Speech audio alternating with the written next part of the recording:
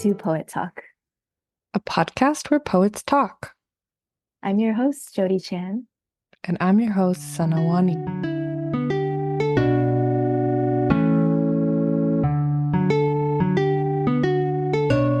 Our guest today is joining from Pittsburgh, which occupies the lands of the Seneca, Adena culture, Hopewell culture, and Monongahela peoples, who were later joined by refugees of other tribes, including the Delaware, Shawnee, Mingo, and Haudenosaunee, who were all forced off their homelands and displaced by European colonizers.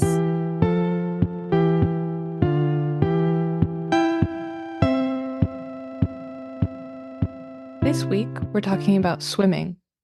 We'll be talking through swimming as a poetic and life practice, words for both water and country, renewals and repetitions, holes and frames, and as always, grief. Joining us to talk about swimming is Diana Khoi Nguyen. A poet and multimedia artist, Diana Khoi Nguyen is the author of Root Fractures 2024 and Ghost of 2018, which was the finalist for the National Book Award. Her video work has been exhibited at the Miller ICA. Nguyen is a Kundiman and McDowell Fellow and member of the Vietnamese artist collective, She Who Has No Masters. She's received an NEA Fellowship and a 2019 Kate Tufts Discovery Award. She teaches in the Randolph College Low Residency MFA and is an assistant professor at the University of Pittsburgh. I picked up Ghost of by chance, I think, in 2018. I came across it in a bookstore, and I read and fell in love with your work immediately. But I feel like I really met your work through the Versus podcast episode that you were on, hearing you speak about it. And Sanna and I were just talking about this, but I was totally rearranged like molecularly by your reading of space and shape and silence.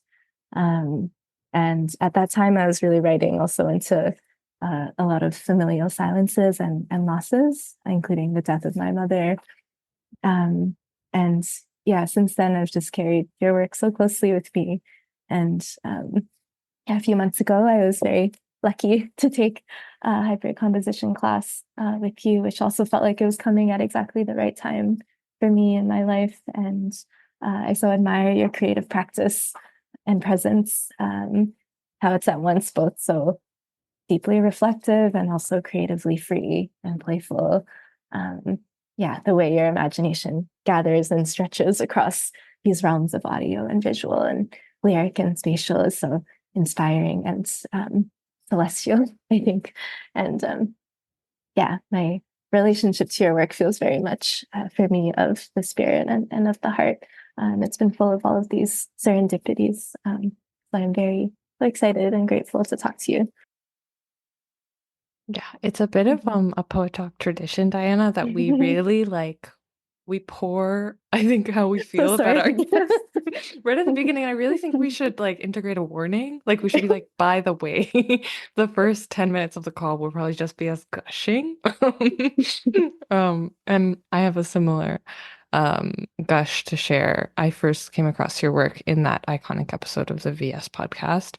And I remember exactly where I was, actually. It's like quite unlike any other memory related to poetry for me. Like I remember I was in this small gas station just north of the city of Toronto, where we are, in like a quite rural area, and I had a long drive home to make.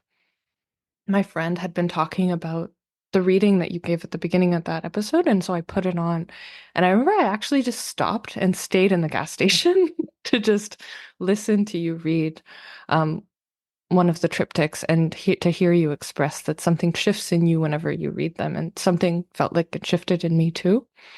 And I felt changed by that reading in a way I've never felt changed by poetry read aloud. And it remains pivotal for me in that way. And then it began, I think, a deep relationship with your poetry, the expressions and devotions that are present in it. And I bought your book immediately. And feel like I've just been in conversation with your work ever since in a way that is really, really quite integral to me. Its archive, its imagination. Thanks for having me. I feel like the hardest part is hearing people talk about you. Yeah. But Actually, in that moment, I was just trying to remember to just receive and to listen. And it was moving just to hear you share those glimpses and moments of your life. And so I'm grateful for that to occasion for us to gather here in this space together. So thank you. Yeah, I don't even remember what I said in that episode or what I read. So I guess I read a triptych. I know I've also read the one about the holes, but yeah, it was a blur. And I just remember being in a studio with Dinez and Franny. You know, when you do these things, you never know who's out there at what point in time, and when things will kind of get telegrammed back.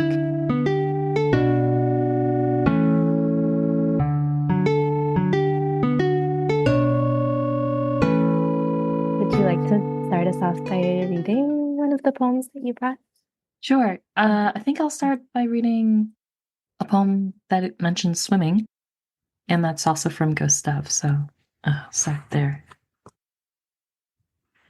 Grief, logic. If you swim against the fish, your legs will grow longer. If you swim with the fish, every bowl of water will tremble in your hands. If the fish swim across your path, hang your head in imitation of a child hiding her face. For there is no calm in life, not even underwater. If there is calm, it can be found after death, if something comes after it. If swimming comes after death, you are not alive. If you swim, you aren't swimming. You're unafraid in the ocean. If you are unafraid, beware.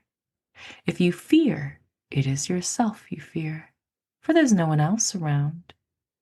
If there's no one else around, read out loud, just to hear a voice. If you are underwater, be careful. The reef is under threat. For others keep on living, or try to. For those who try to live, there are those who won't.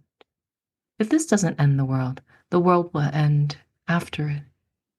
If your brother dies, you will see your brother. If your brother is killed, you will see your brother. If your brother killed himself, you will see your brother. If your brother killed your brother, you were a brother. For the brother is a subverter of the sister. If the brother is a subverter of the sister is a subverter of the brother, and the brother is alive.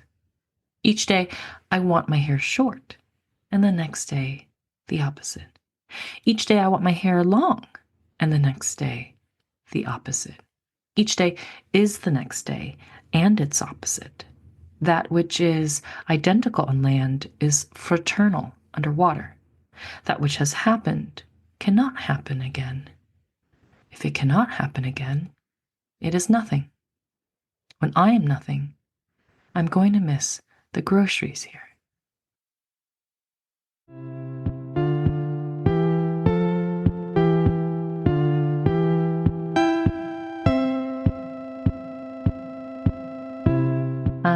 Can I chat a little bit about where I was? Because I actually remember where I was. Please.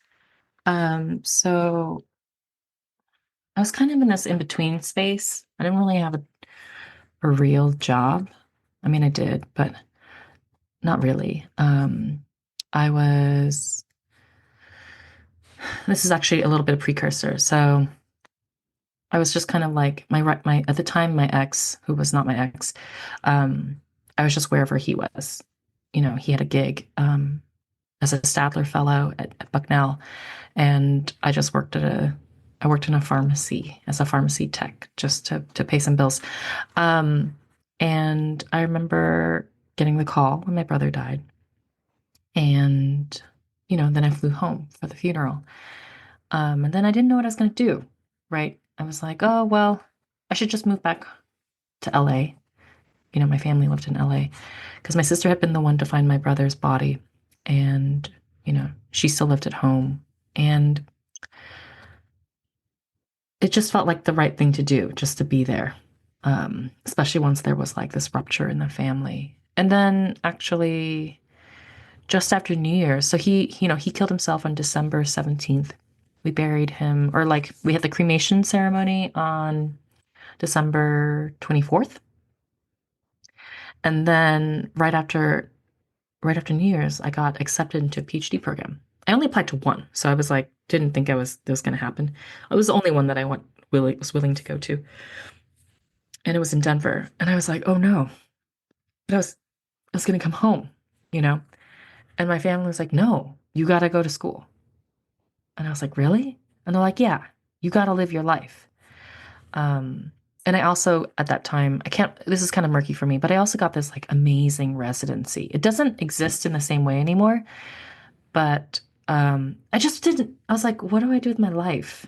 You know, nothing felt right Mhm. Mhm. to continue the way I had been. But I remember I was like, no, I've been looking forward to this residency. I'll do it.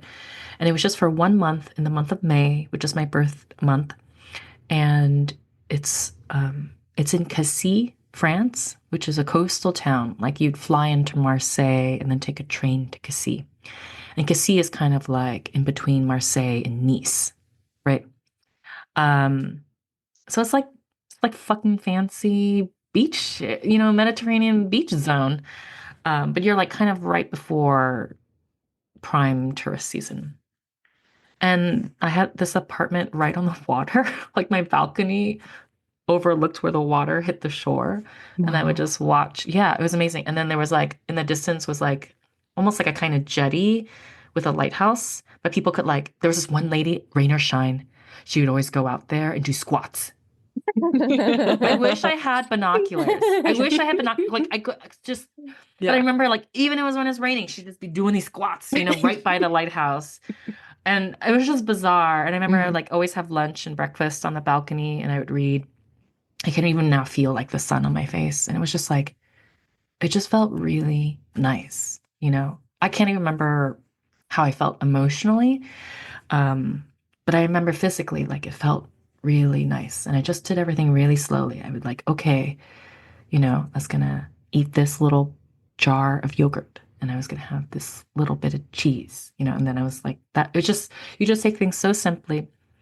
And actually every day at 2, I would go down 2-minute walk to the beach and I would swim. I'd swim. There's like a little bay and I would just swim laps essentially back and forth. And I had never swam open water and it was kind of scary at first, but the water was really clean, really clear. But you would see the fish, like every time, your head goes back down, you see the fish and you see whatever else is under there. It wasn't too deep. But I remember like I don't run. I hate running. But it was something that was like a ritual that I did every day. Like that lady in her squats, but it was me and the swimming. Um and I don't feel like I wrote the poem while I was swimming, but I would write every night, but everything was pitch black so you couldn't really see out in the bay. But I remember just like there was just something nourishing about being in the water with the fish. Like we're all in one, like this. I mean, sure, like air touches all of us, but I don't think about that as being tangible. But something about being in the water, like that contains us all. That we are all part of this like larger kind of ecosystem. Um, and I guess maybe this is my long-winded way of saying, I think something about my very like just step by step not thinking too much about anything way of living for that 1 month um, kind of mimics maybe a kind of logic here. It's like, okay, well, first I'm gonna get up and then I'm gonna do a little bit of yoga, and then I'll put these clothes on and then I'll prepare this thing and pick up a book and then I'll go sit out there, like it because like, how do you know how to live? Mhm. And so the kind of logic that's here is like that kind of like, grain by grain accumulation to just get you to the next minute or the next second. Yeah. I don't know. So swimming is a big part of that. Um, I used to be really scared to swim in the ocean because it's like, what is there? What could touch me? Mhm. Mhm. It's so big. Swimming, yeah. And then you're like, is a barracuda gonna come? You know, like sure, sharks, but like I don't think that there are really sharks in the Mediterranean. I don't know. I don't want to Google it, but um, yeah, there are all these things that we tell ourselves so that it's okay. Like I remember I was at a writing conference this summer, and there's a lake. I knew that there was a lake because I had been there before, and I knew that there were leeches, you know? And I remember thinking, telling myself, I was like, oh yeah, well, the leeches, I've only seen them by the shore. So if you go in really fast, then the leeches won't bother you.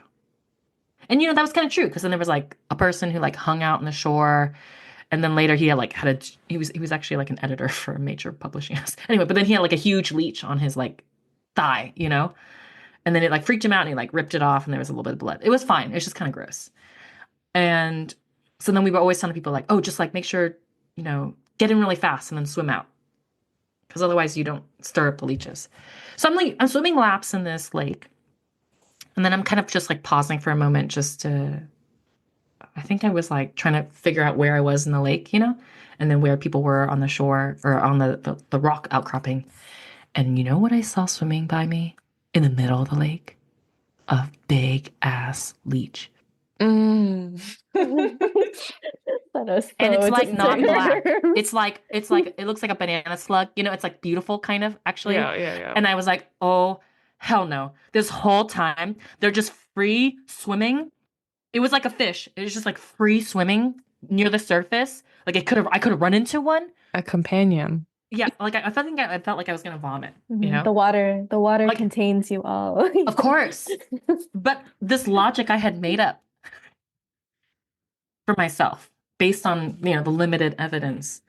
And I was like, well, nobody told me that that was why. I've just been telling people that. You know, it's like it didn't stop me from swimming because I think I try really hard. I think there's something, but I love swimming so much. I say all the time, I think swimming keeps me alive.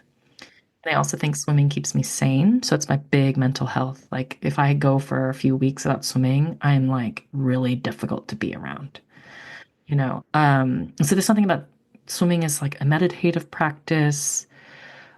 It's like cleansing. You know what it is? I think it is like mostly the meditative thing because I'm not able to meditate. Like I don't know how to just be separate from my thoughts and just to be.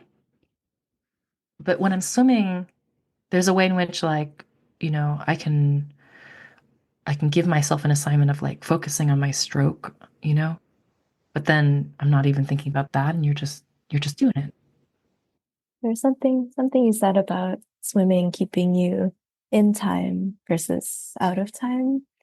I wondered about, yeah, water is the material you're moving through versus being meditation. It's time that's the material or and you're moving through. Or like the material of language that you're moving through when you're writing a poem. Yeah, I felt curious about that. Like, are there differences in how you feel like you move through each of those materials? Oh, sure. I love that. That's such a beautiful observation and thought just about time as a element of sorts. And I'm thinking of the page as I don't think of actually moving through words, but like moving through, you know, I used to use this metaphor like through the field, the open field of the page, but that's terrain, right? Like that's on land. Um, I'd never thought of it now, like about a body of water. And that kind of changes it for me in a way because I'm thinking about depths. I'm thinking about how water has, I mean, sure, dirt and earth does too, but when I was thinking about the field, I was just thinking of like, it was very flat. But there's something about water, it refuses a flatness. I think again, going back to this like three-dimensional nature of depth. Um, I don't know, like I'm thinking about, I love thinking about white space, right? As that, like that's also a word, a very big word, right? And then there's a kind of sculpting away, you know? Um, and that now if I think of that space as water, but like how do you sculpt with water?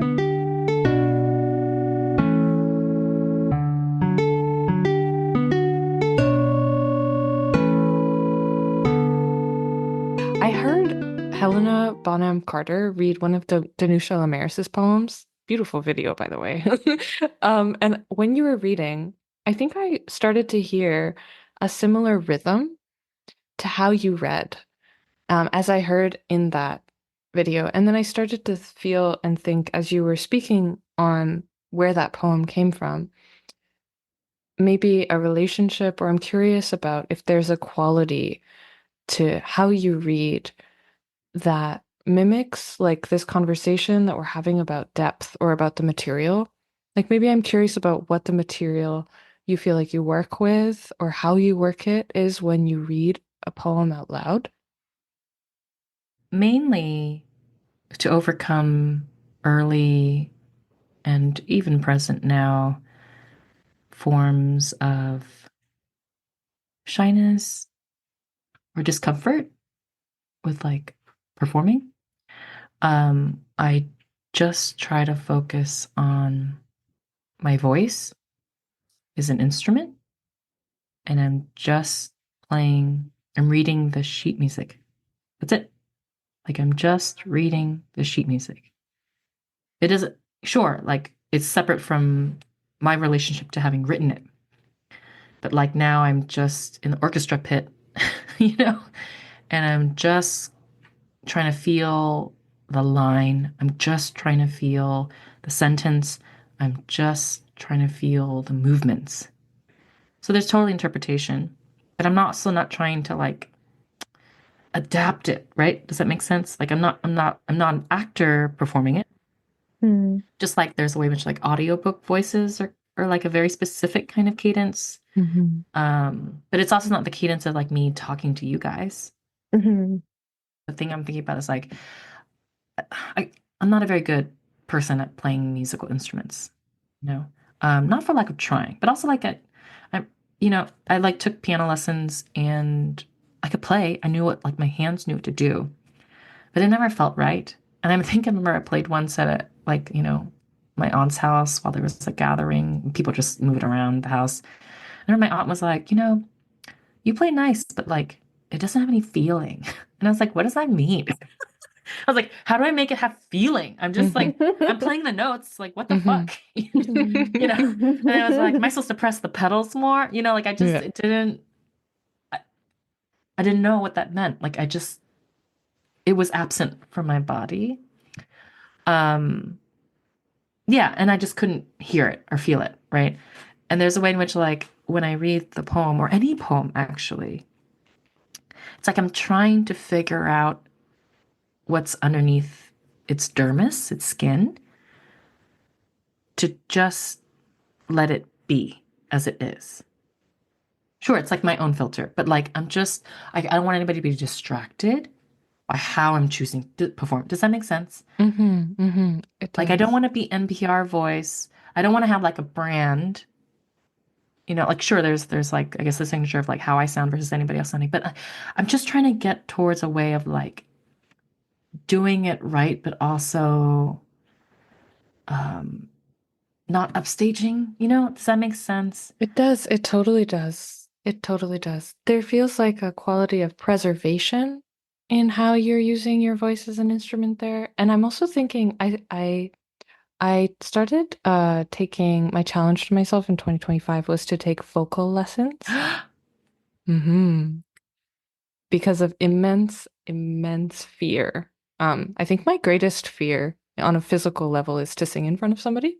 So I tried to challenge myself to face that this year. And one of the things my vocal teacher told me was that she's like, you're starting to go to the gym for your voice. And she started to explain and share with me all the different muscles. Like there's like thousands, maybe that's an exact, well, Wow. no, maybe that's an exaggeration. So sorry. But a Gusto. lot, a lot. There's Many. there's many muscles that configure our every like touch when it comes to sound. And I just feel like there's a certain presence of that musculature in your reading. And I'm fascinated by the choice of this preservation of the of the original object in some way? I'm also wondering like how you practice with the instrument of your voice or how you tune the instrument. Those are I great questions. think, yeah, I was talking to a friend recently also about like throat and voice and how just so many kinds of silences are also muscularly encoded. And so often kind of like in this space, maybe so much tension. And how does that instrument, what's your relationship with that instrument? Mm-hmm. Oh man. I think it's counterintuitive actually, which is I don't practice because I find practicing makes it like loses a kind of first encounter. And I use first in quotes because like this is not my first encounter because I wrote it. You know what I mean?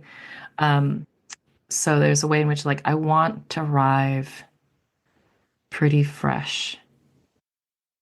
So what do I do to tune? Nothing really. My main thing is like I'm pretty meticulous about brushing my teeth.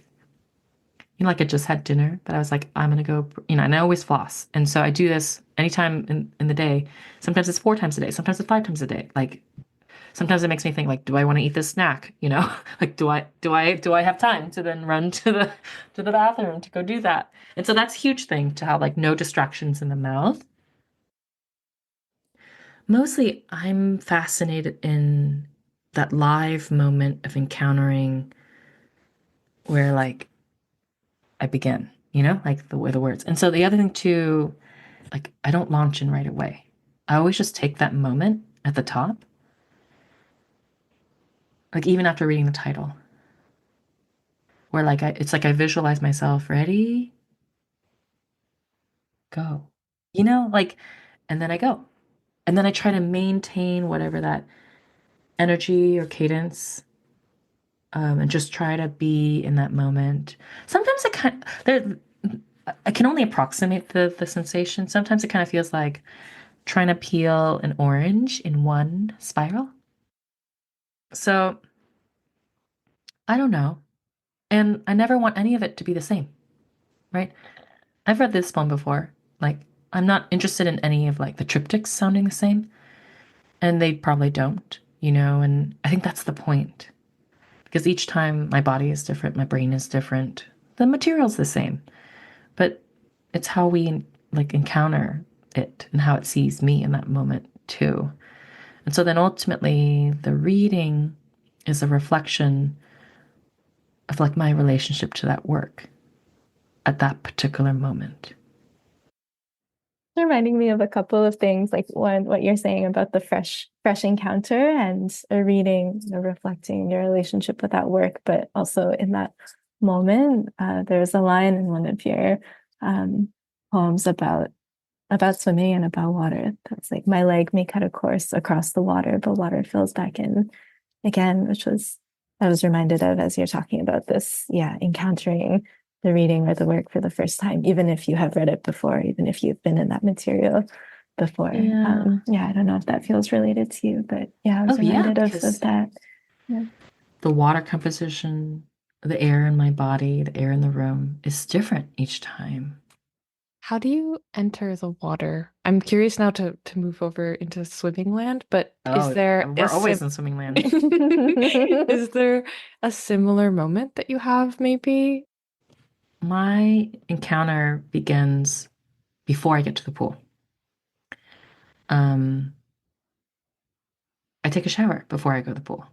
I mean, actually, legally, in most states and most countries, you're supposed to, but just nobody enforces it. But that's not why I'm saying that, just to shame everybody. That's by no means. But that has always been my ritual, not because I'm a rule follower, but just I want to do that for hygiene's sake.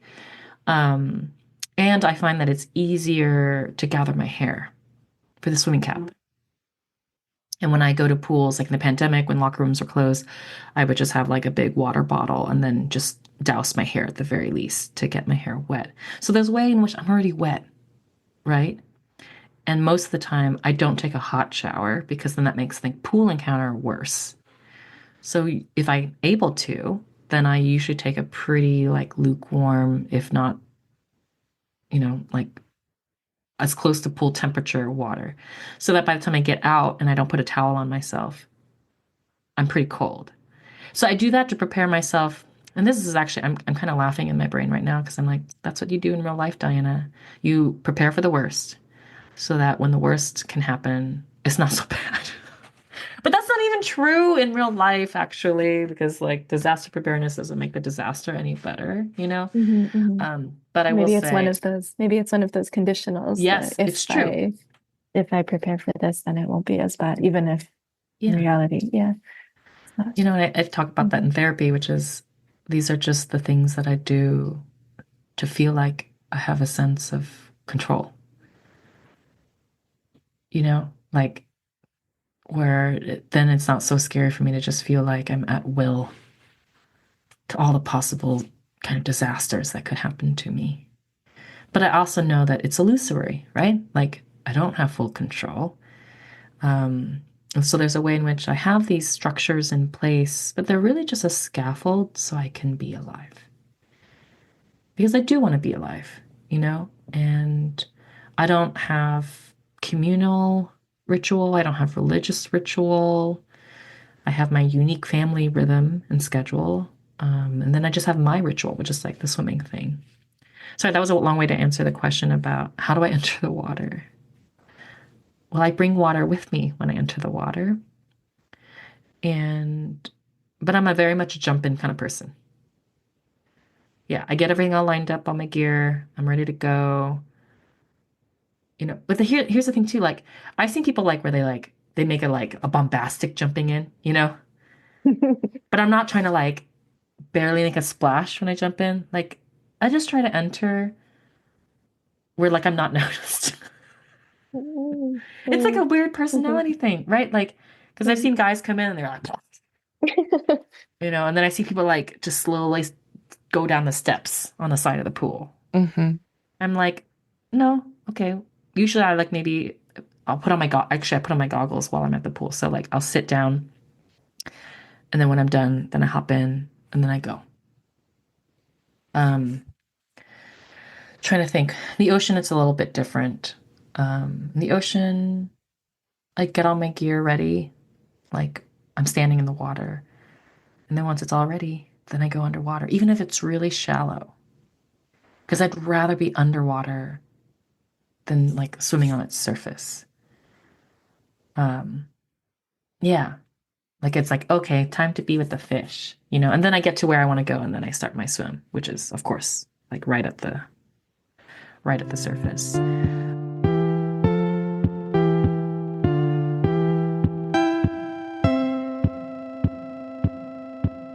I was gonna ask, yeah, because you're saying you don't have collective ritual or religious ritual, if swimming feels like it is or it could be a collective ritual for you, or what's the So I didn't do it competitively.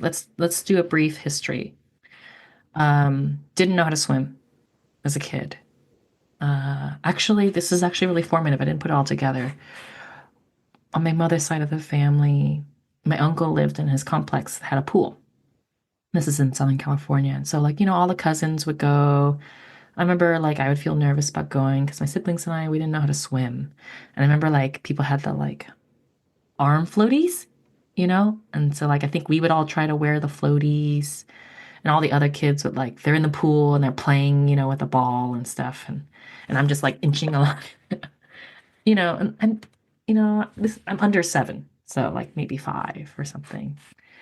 And I remember I had enough comfort. I do love water, so this is the other thing. I do love water, and so I would do this thing where like I could touch the bottom of the pool, and then you just kind of naturally float back up. So one time I was I was like I went to the deep end, and then I was like I'm going to touch the bottom, and so I went all the way down to the bottom, but then I didn't go back up. And I remember like, you're like, uh-oh. And I remember thinking like, uh-oh, this is how I'm gonna die. I didn't even panic. Yeah, I didn't even panic. I just remember I was like, because I can remember it. Because I remember just thinking like, oh, it's the end. I would totally panic now. But I I can remember, so hear a child's kind of just matter of fact, like, oh, yeah, this is not how I thought this would go. Or, yeah. you And I know, remember like, oh, and you get that feeling where you're like starting to run out of air. Mm. And the eldest cousin in that on that side of the family, like her she was just happened to be there, like walking by or something, and she just like, no big deal, put her arm down and pulled me up and didn't even say anything. And then I just continued playing. Mhm. Yep. I haven't asked her all these decades later, like, do you remember this moment? But maybe one big thing was like, I wasn't scared. Like, I didn't avoid the water. I just remember thinking, like, I gotta figure out how to be in the water. Kind of like Sana, what you shared. Like, there's a way in which, I mean, it wasn't like a fear of mine, but it was more of like, well, this thing almost just killed me, right? Like, I'm gonna run toward it, right? Like your fear of singing in front of people, that would mortify me too, you know? But yeah, I don't know this. Yeah, I'm also now a person who kind of like runs towards my fear, you know? Like it's like I'm like, what's it? Like I like fucking with myself. Mhm, mhm, mhm. Me too. Not like, oh, I'm trying to improve Mm. myself. No, it's like, yeah, I'll fuck you up, you know? Because I believe in you. Yeah, I think you can do it, you know? Like I don't know how, but I think you can do it. Um, but I never took lessons. Um, I don't know how much later this happened, not too much longer, but my family joined the local Y.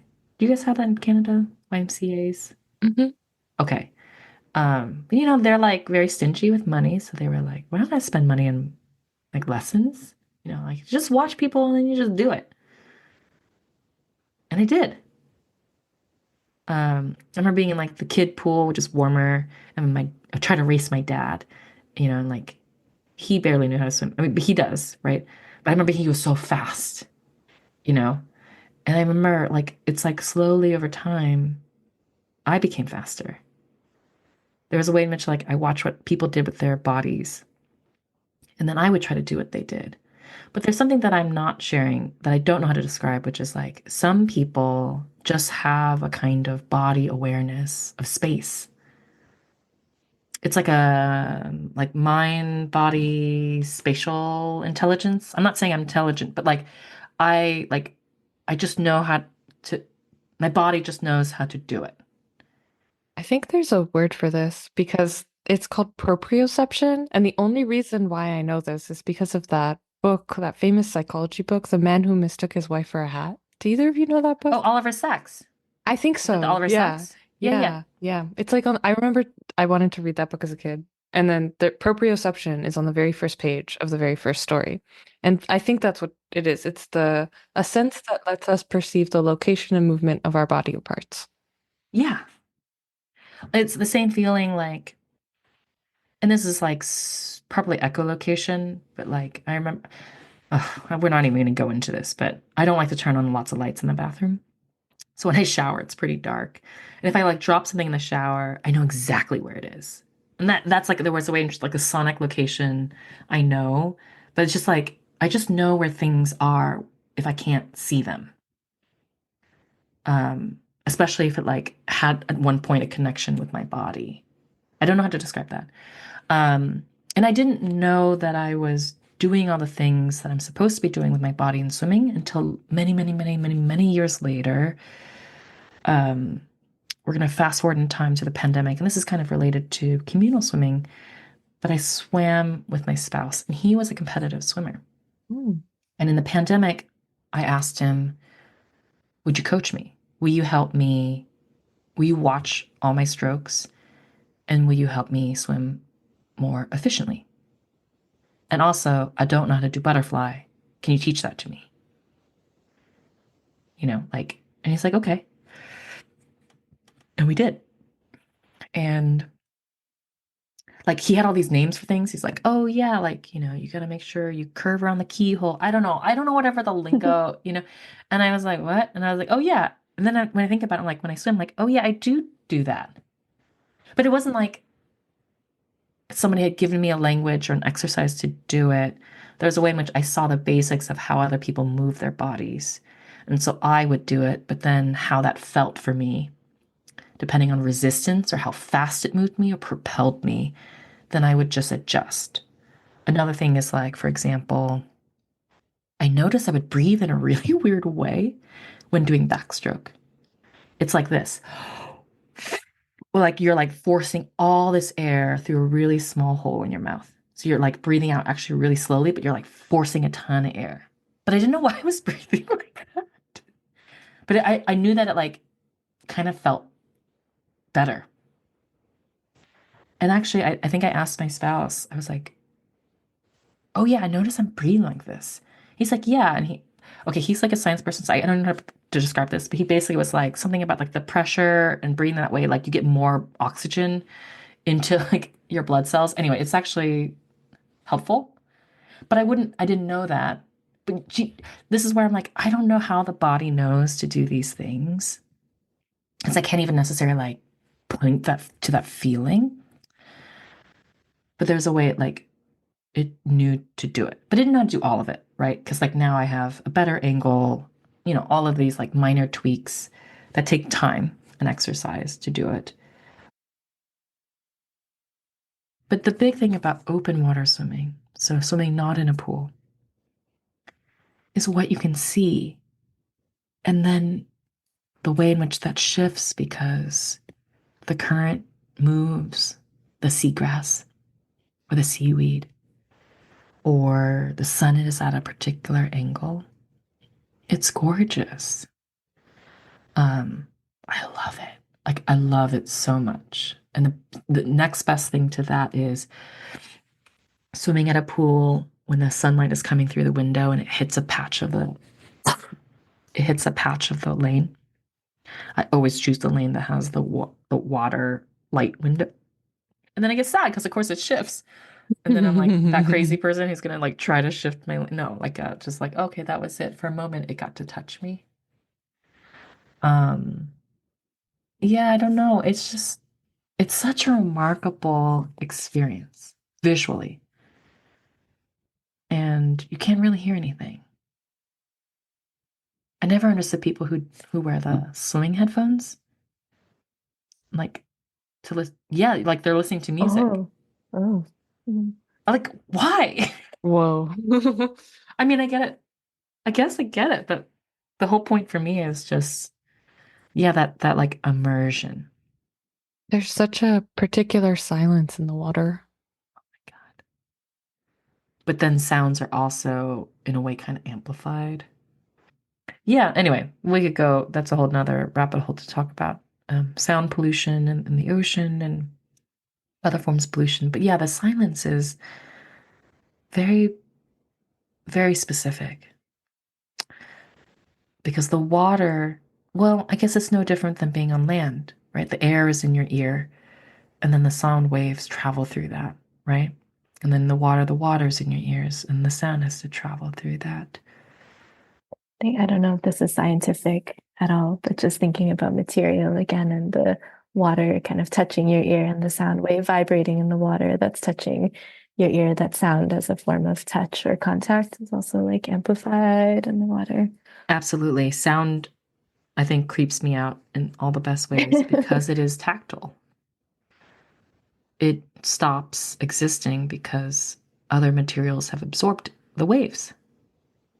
So our bodies have all absorbed so many sounds. But when we see something, it's not like our bodies are observing. I don't think of it that way scientifically, right? It's not like no. I mean, light Like sure a has like vibration. yeah, yeah, the Your vibration body for sure. vibrating in response to it, but yeah, it's not an absorption in that same way. Right? Yeah. So there is something intimate, and it's so hard actually to like block out sound. We can blindfold ourselves, but it's really hard to truly completely block out sound. Um, and that was actually it's not in this particular grief logic poem, but it's in some of the triptychs. I thought a lot about sound And the only time there's true silence is when the person is dead. Like, that's it. There's no more sound that they could make. And that was terrifying, I think, to consider. And so I don't know. I was just thinking about soundlessness. And then, of course, sound is a body of water, too, right? Yeah, everything comes back to water for me. And, we were just chatting, I think, before we started recording. You were asking about nuoc, which, of course, is in Vietnamese is water, but also country. And that's fascinating to me because, I don't know. I don't know that much about Vietnam. Like where, like, then the linguistic culture would have the word for water to be the same word for like country land, homeland. That's kind of wild to me. Sure, like it's got a long border, and then there's like the Mekong Delta.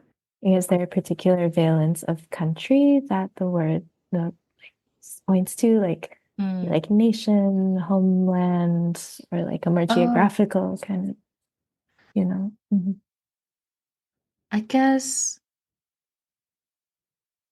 yeah, just country. Like it's fairly neutral. Yeah, but I'm also like, it's like, I'm also aware that it has this other meaning, right? And there's a way in which for me, it's first and foremost synonymous with my parents' country. But it actually just is a signifier for country.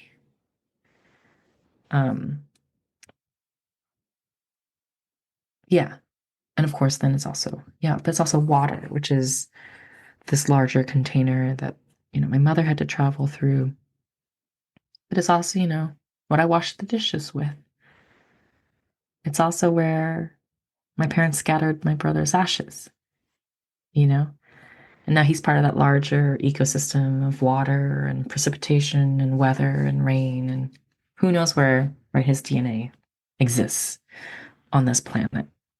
A lot more places, maybe, than just the Pacific, but probably just mostly in the Pacific.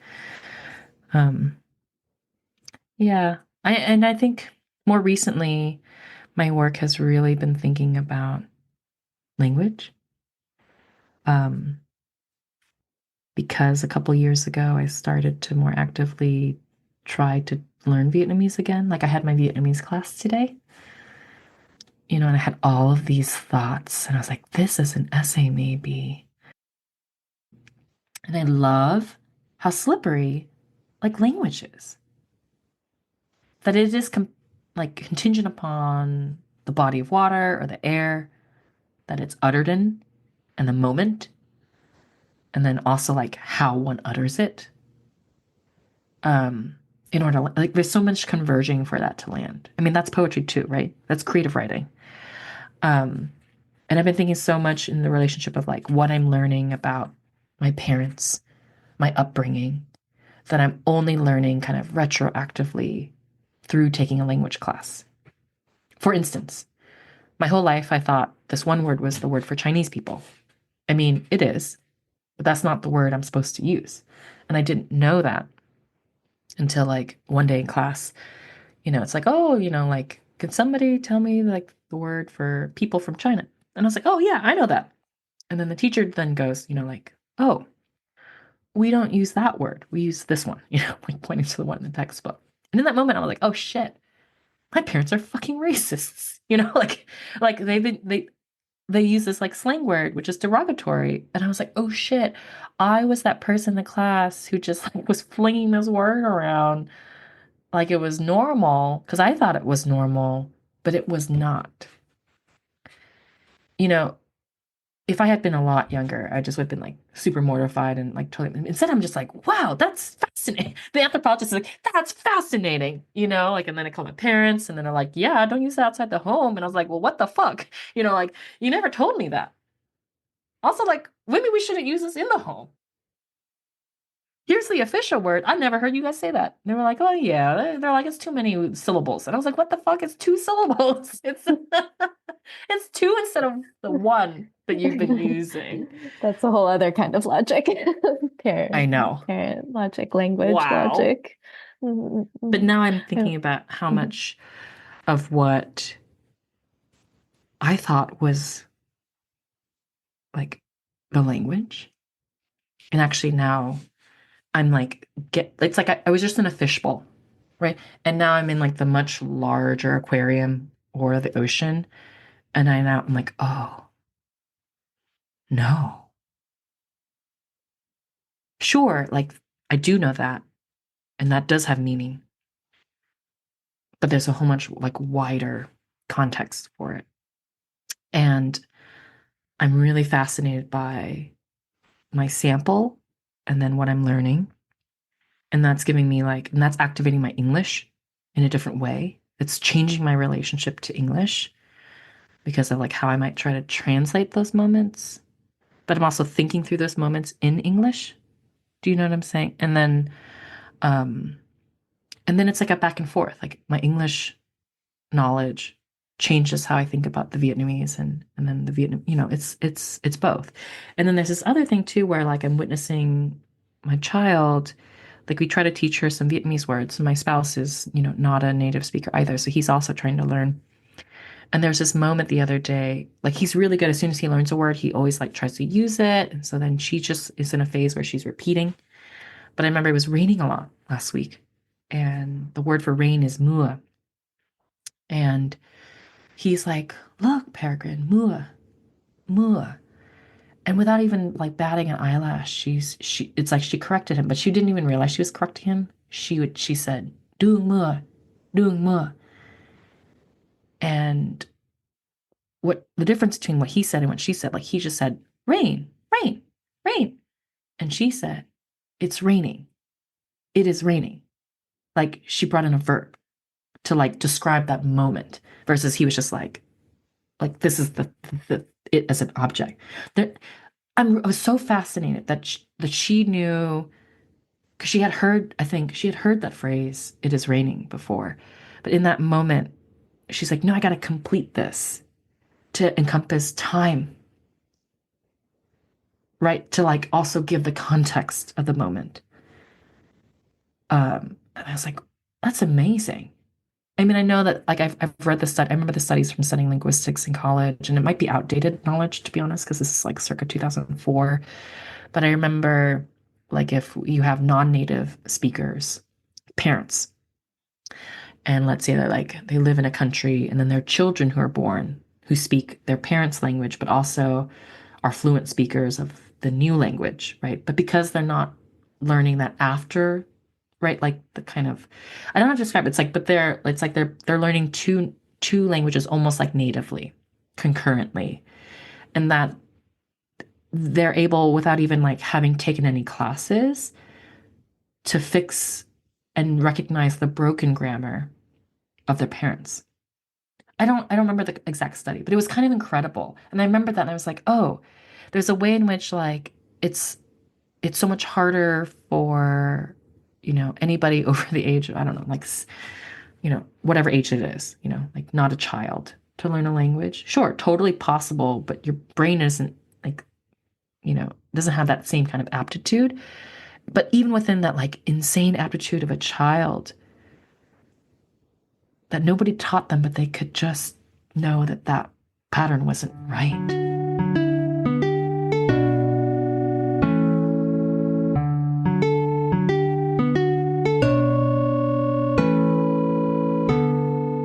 There's been something in my mind that I feel so compelled to share too, because I grew up, my family speaks Urdu, but my parents only spoke to each other in Kashmiri, and I think chose quite purposefully to keep that language between them for whatever reason. Mhm. And as you were describing too, just like earlier you said, like sound is so strange because our body absorbs it. Yes. And I'm just having a real woo-woo thought about how when we're children, we're so open to how like language is a kind of ocean that you were in, it sounds like. And in coming to this class that you are now taking, you're still holding the memories of like where that language has touched you or coming back to them. And I don't know, I feel like I've had such a similar relationship with Kashmiri, which is a language that I'm fluent in only by sound. Like I can understand everything I hear, but I can never speak. And I feel like that in when you're in that kind of relationship with a language that has been spoken to you, but which you haven't spoken back. I mean, that's my experience too. Thank you for sharing that. Like, I thought that I didn't even know I was ever fluent. I knew how to translate what my parents said. Because I remember I only ever spoke English. And then only when I looked at home video archives, after my brother died, I was like, oh, there's 4-year-old me in my father's dialect. And I was like, what? Like, I have whole memories of these like moments, but they're in English. But then there's like physical evidence. That's me. I'm not speaking English. And so I was like, what? I mean, yeah, it's in our bodies. And then I'm trying to reconcile then like a proper, there's so many versions of a language, right? There's your parents' Kashmiri, and then there's just like Kashmiri within the diaspora, or like within Kashmir, right? I mean, there's so many different layers of the language. And so now I'm trying to reconcile like my textbook and my teachers' Vietnamese, um, which I can see it's very explicit biases, but also it helps me to like say it, some of the things that are very proper. And I like that. And one thing that I would like to do, this is kind of related to the tuning question. And this is related to how it changes my writing and my relationship with English. Like my brain is still very much English. And so I remember like when I'm trying to make sure I know how to say every different vowel and diacritical mark precisely, I try to use the words that I know. So one of them is the word for to write, which looks like Viet, but it's Viet, Viet, right? Like, and it has a accent going up, so you have to go like Viet. It's like it's kind of cool because like the diacritical marks tell you where to go, like Viet, Viet, and then I just like say it over and over, and then if I had come up upon a new word that's hard for me, I'll match it or I'll pair it with a kind of like twin of sorts, a fraternal twin of a word I do know. So like maybe or like when I was learning the word Viet, I was like, oh, the word I do know is the word for to kill, which is, it rhymes exactly. It's spelled exactly the same except for the first letter. And that word is yik. So Viet, yik. And so I would just like do that over and over, like Viet, yik, like just to make sure like I'm matching both the same. And there's something like, if I'm also just translating what I'm saying, I'm just basically saying like over and over again, like, right, kill, right. And there's a way, the poet in me is like, that is fucking wild. That those two things are sonically analogous. And so I would write that down. Maybe I wasn't even trying to think about either of those things in a poem, but there's something about like the tension and the wildness of that moment. I'll put it down. And then like I'll kind of fast forward a little bit. Um, I think it might even make sense I might even read from an excerpt where I've written about this, where it was like I wasn't trying to write about this, but I stumbled into it, and then I just like composed a sentence with these words, which is what you do when you learn words, right? So then the question was like, then the question that like popped in, like almost like a deja vu moment. The question is like, child, do you know how to kill? Which is so similar to then just saying like, child, do you know how to write? But the slippery border between the two words, and then like the implications of one versus the other, especially if I think about the legacy of war, my parents, um, it it changes the trajectory of like my work. Like the limited vocabulary I do know as I try to scaffold my way to new vocabulary. But the vocabulary my body has absorbed is offensive, politically incorrect, racist, violent, filled with insults. And I actually joked about that with my teacher today. I was like, I don't speak Vietnamese so good, but you know what I do know? All the words you're not supposed to say, like in class. I know acutely how to wield those ones. And she just kind of laughed. And yeah, it's wild that that's my scaffold.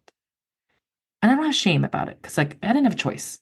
And actually, my teacher was like, yeah, that's how it is for some people. And she was so sweet. She wasn't like, you're a bad person, Diana. And I was just like, well, sometimes I'm embarrassed. Like, how else am I going to encounter a new fact about my parents that I didn't know?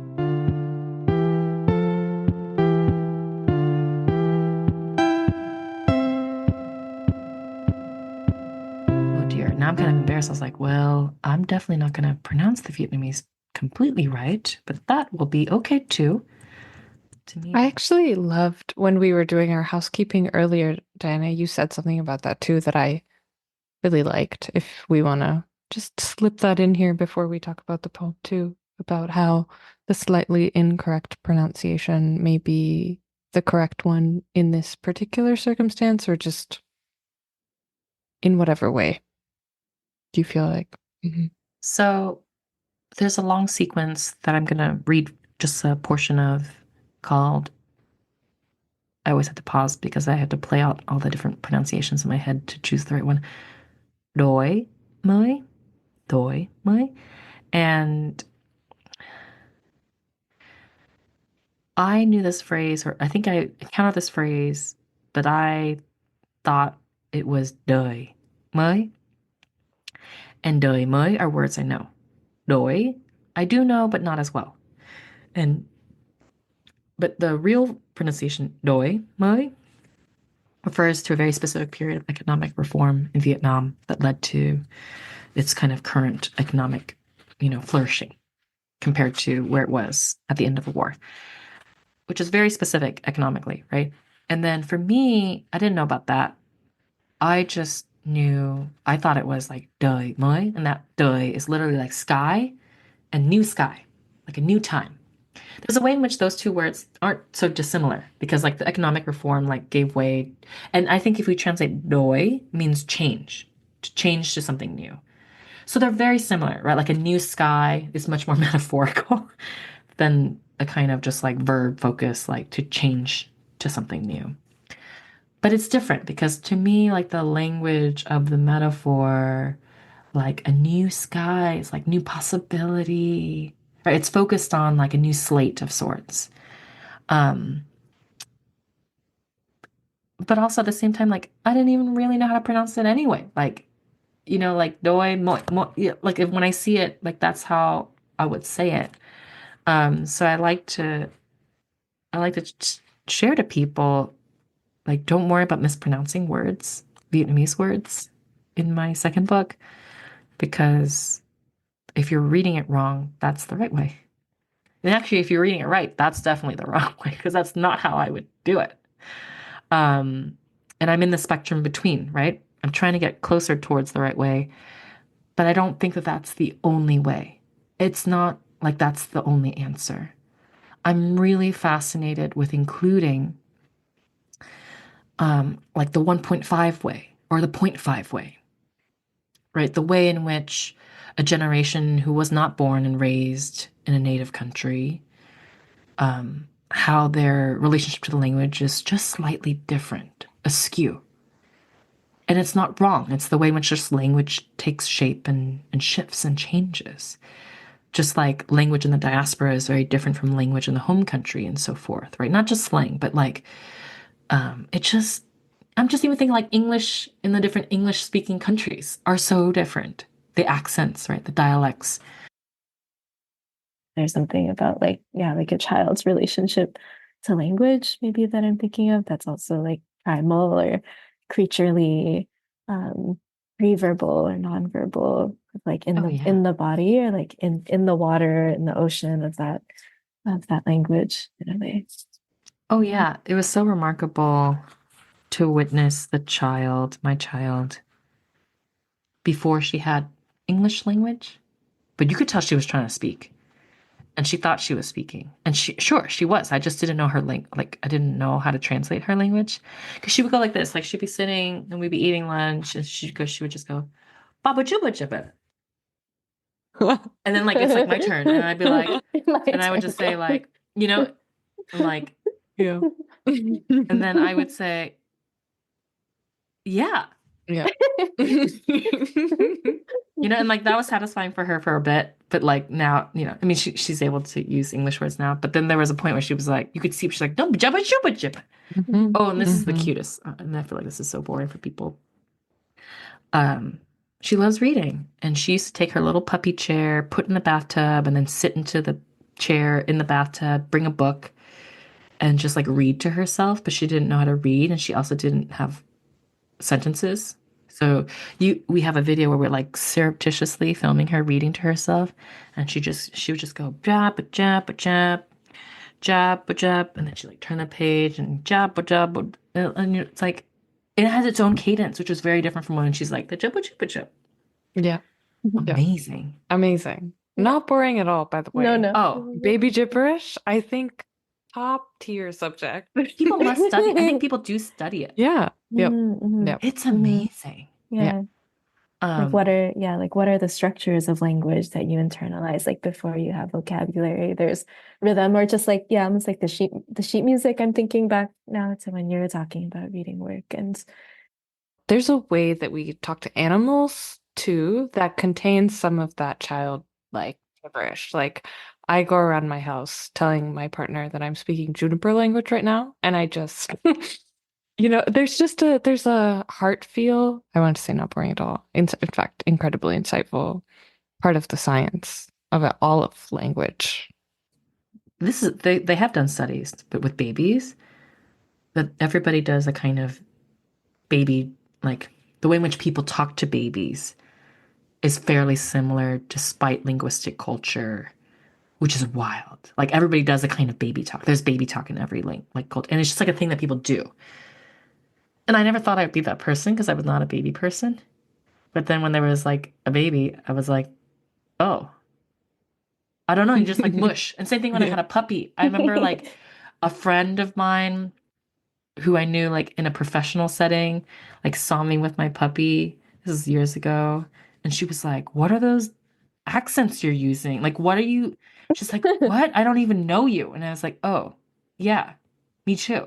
I don't even know that I'm doing it, but like, I like code switch when I'm with him. Like the cuteness is too much. I don't know. Yeah. Yeah. Yeah. Just need to think of it as code switching. Yeah, for sure. For sure.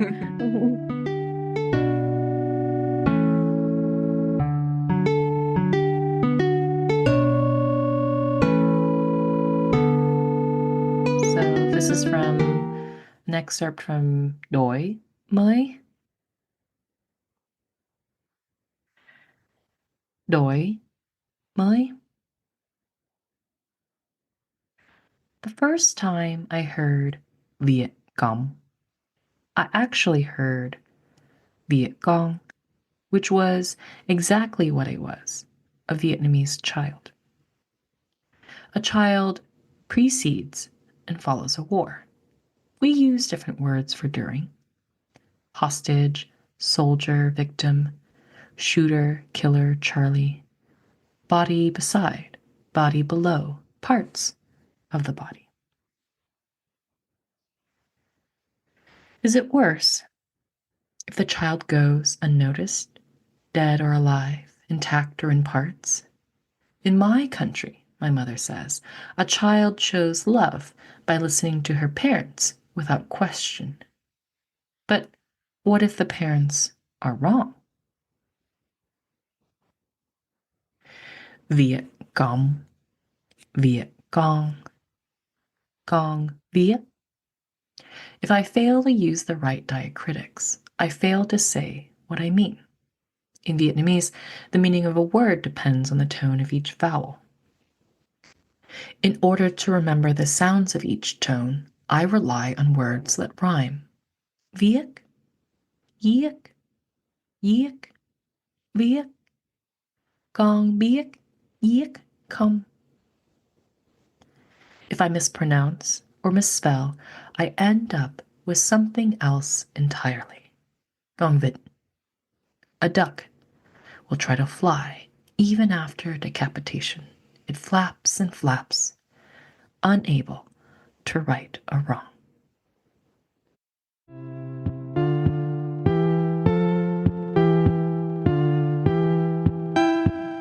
I totally forgot that in this one moment, gong biek yikum, that even part of that question, the word biek is also the same rhyme as yik and viek, right? So like I can now see, looking back, like if I'm trying to teach myself viek, to think about the word to kill yik, and then that leads me to another word biek, and then it's like wordplay, right? Like it's like you're doing a tongue twister almost, where all the words that kind of sound the same, but you like try to shove it into like a sentence, and then the sentence that you come up with is like scary. And it's actually, sorry, the sentence that I just said, Gong biek yikum, is like essentially, child, do you know how to kill? Like that's a scary, like I hope nobody ever has to say that question.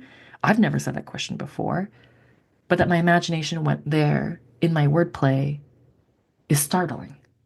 Yeah, I think you said the word current earlier. I can't remember in what context, but yeah, that's the word that just came back to mind for me, like being carried along in that current of sound or wordplay, and then it leading you to, yeah, a meaning that is scary. But it was just following like the language, its own kind of Oh, yeah. internal music that got you there. Yeah. And I think studying or learning any new thing doesn't even have to be a language. Like it's like we affix the things that we do know to the new things and the new structures, the new ideas, and then that it's like it wedges open a new possibility of how to see and experience our world and our life, which is like one of the beautiful things about learning. But also sometimes it's like terrifying what it sheds a light on, like into yourself or your history, or your parents. Yeah, thank you for having me read that bit.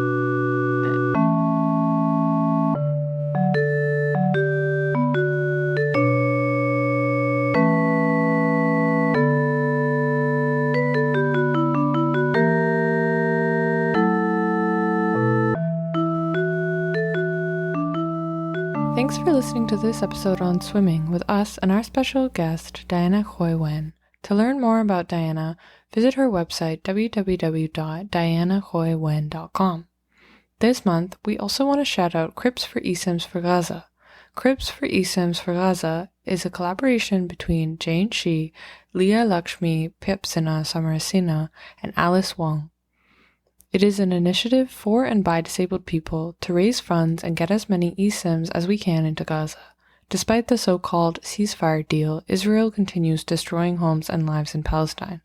One thing we can continue to do is to support mutual aid initiatives like Crips for eSIMs that are integral for the ongoing survival and resistance of Palestinians as they rebuild, return, and fight towards liberation.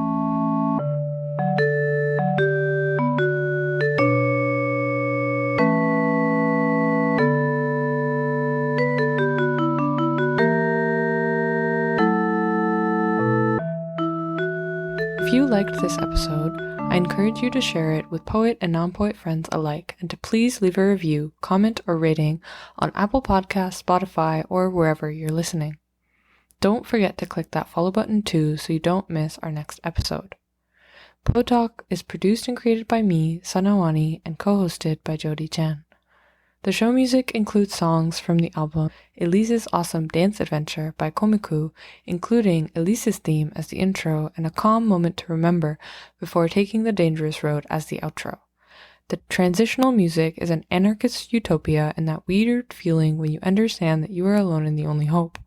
You can learn more about Komiku at loyaltyfreakmusic.com. For more information and to support Poet Talk, you can visit our website, poettalk.buzzsprout.com, or follow us on our Instagram at TalkPoet.